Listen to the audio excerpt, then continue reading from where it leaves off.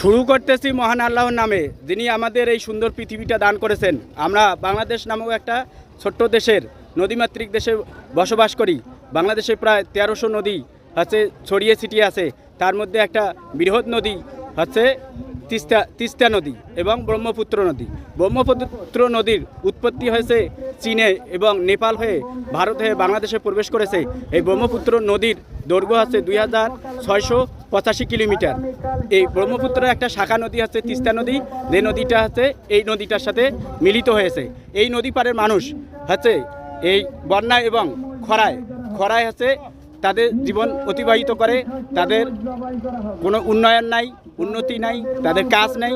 তিস্তাপাড়ের মানুষ হচ্ছে যে একটা নির্দিষ্ট সময় অল্প কিছু আয় রোজগার করে এবং তাদের জীবিকা নির্বাহ করে। অন্য সময়ে তারা হচ্ছে কর্মবিমুখ থাকে, অর্থাৎ কাজ না থাকলে কি করবে। এই অসহায় মানুষগুলোর